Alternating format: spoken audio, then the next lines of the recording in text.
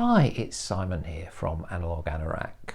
Today I'm going to give my initial impressions about an original source release that has so far had some quite mixed reviews. I've listened to it a couple of times and just wanted to pass on my own thoughts about this quite interesting pressing. The condiment on the side here follows on from my previous review of the Brahms Piano Concerto, where I compared it to hot sauce. The English delicacy of Marmite sums up quite well the kind of different reactions this pressing will get from different people. Now, if you're in the UK, you'll know very well the issues around the love it or hate it marketing around Marmite, but I don't think it's really been a huge success in the US, so I'll quickly explain what Marmite's all about. So this is the condiment in question. If you smell, it's got a very distinctive smell, a very distinctive look, very black tar-like. It's a strong tasting, smelling, yeasty spread, which is sometimes added to sauces to give a little bit of bite in English cuisine. So the record in question is this one, Smetana's Ma Vlast, and this is the third recording with Kubelik at the helm for Deutsche Grammophon. This video review will finish my trilogy of videos I've made about Kubelik, including the second one, which was the Vienna Philharmonic Orchestra from 1958.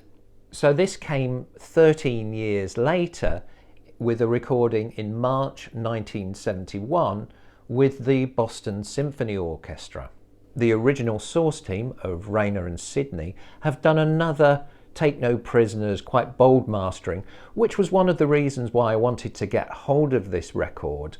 As I've mentioned before, I've often found the Deutsche Grammophon recordings to be a little bit on the meh side from an audiophile perspective.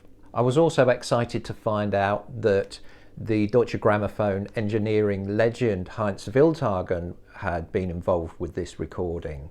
His kind of Deutsche Grammophon's Ken Wilkinson, in that when you see his name on an album listing, you know you're in pretty safe hands.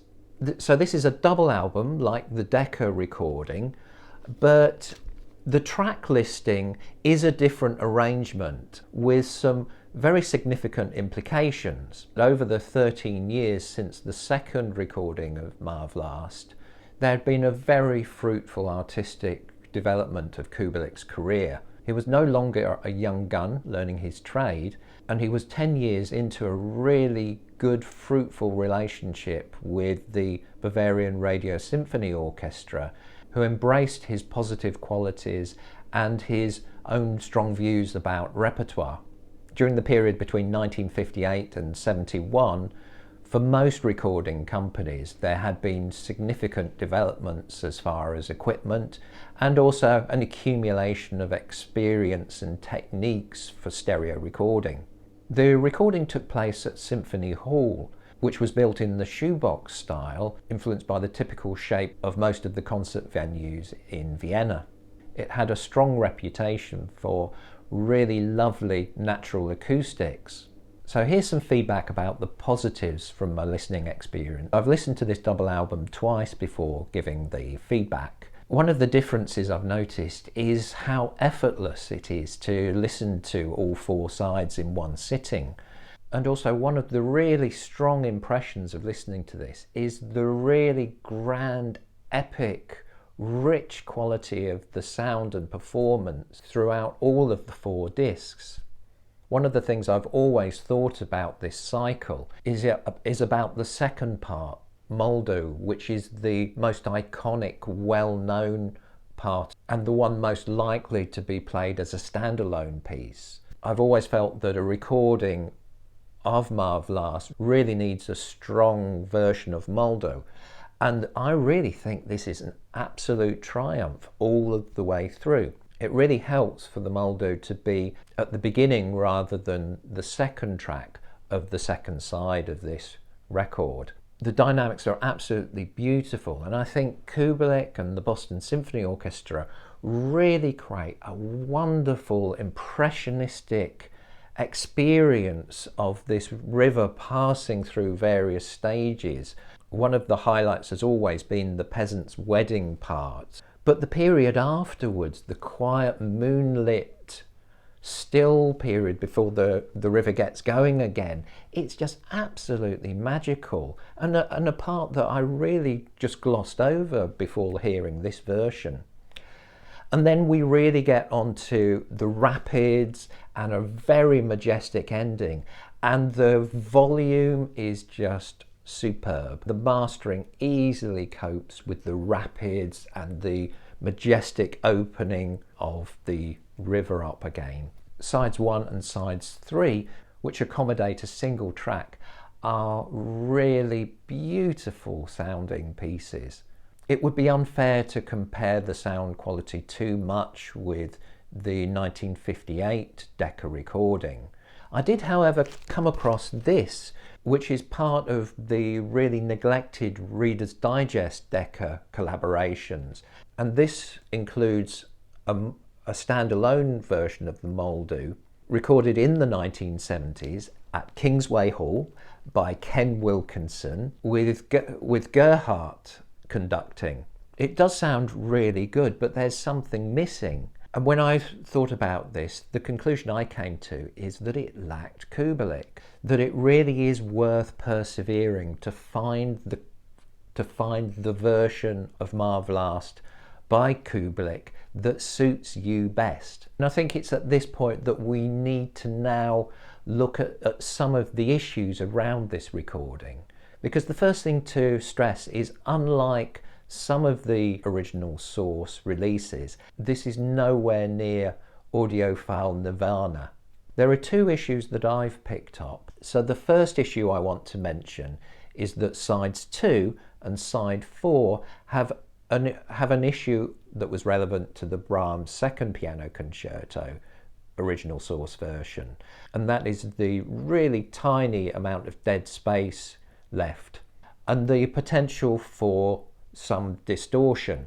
The mastering approach used really reminds me of some of the very early stereo Mercury pressings, with a similar prioritizing as much dynamic sound in the grooves as possible, but with the expense of some potential slight distortion right at the end. I listened to this recording on my faithful Idler Drive Lenko, and the tone arm is far from state of the art, and it does struggle with the inner grooves, probably a lot more than some of the modern, much more expensive and advanced tone arms.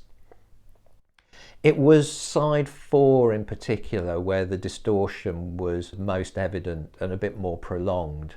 And it certainly wasn't a deal breaker for me, but going back to the Marmite issue, I think that some people mulling over buying original source recordings would want to have a completely perfect distortion-free experience, and if that's a priority, it's much better to spend the money on those absolute killers like the original source Rite of Spring or the more recently released Symphonie Fantastique by Ozawa.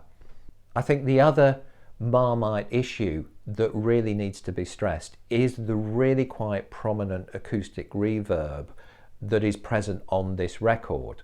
I recently did some reading to try to get some more information about Heinz Wildhagen and the general recording philosophy and approaches of Deutsche Grammophon, and by coincidence on a forum called Gearspace I did come across some really interesting memoirs about someone observing Deutsche Grammophon doing some recordings in the early 70s at Symphony Hall. And this controversial opinion that they formed, they did not consider the natural acoustics of Symphony Hall to be sufficient. And the forum mentioned a sighting of reverb plates in the basement of Symphony Hall during some of these recordings. And this prominent reverb really is quite a jolting experience if you've heard other versions of Ma Vlast. When you first listen to the harp part right at the beginning of this recording, the harp's sustained tones on the strings and the soundboard are then merged with this real with this prominent reverb, and it is quite a shock to hear this the first time.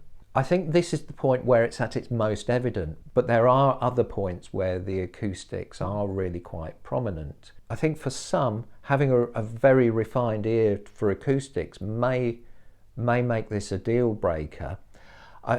My own experience was that with the second listen, the shock had worn off, but also my ears had just acclimatized, and it was not a deal breaker for me.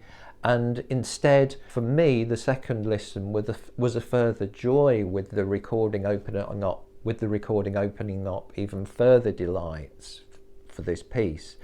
But it's not going to be that experience for everyone. I think also there are mixed results with putting the fifth and sixth part, Tabor and Blanik, together on the final side. These two pieces go together as a pair, so on the positive side you don't have the interruption of turning the record over halfway through this, and the dynamics throughout most of these two pieces is superb. There is this final issue of the distortion right at the end, which psychologically is quite a big deal.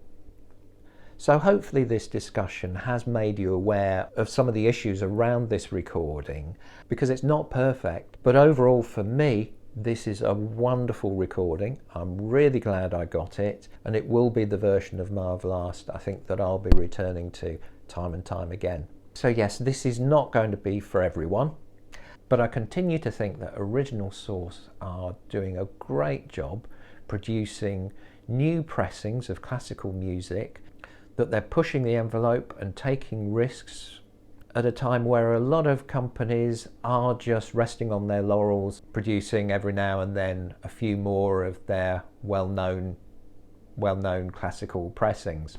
So I hope that's been useful. In the near future, I'm going to try and produce a few more short videos before taking on one of my really deep dives. Take care. Bye.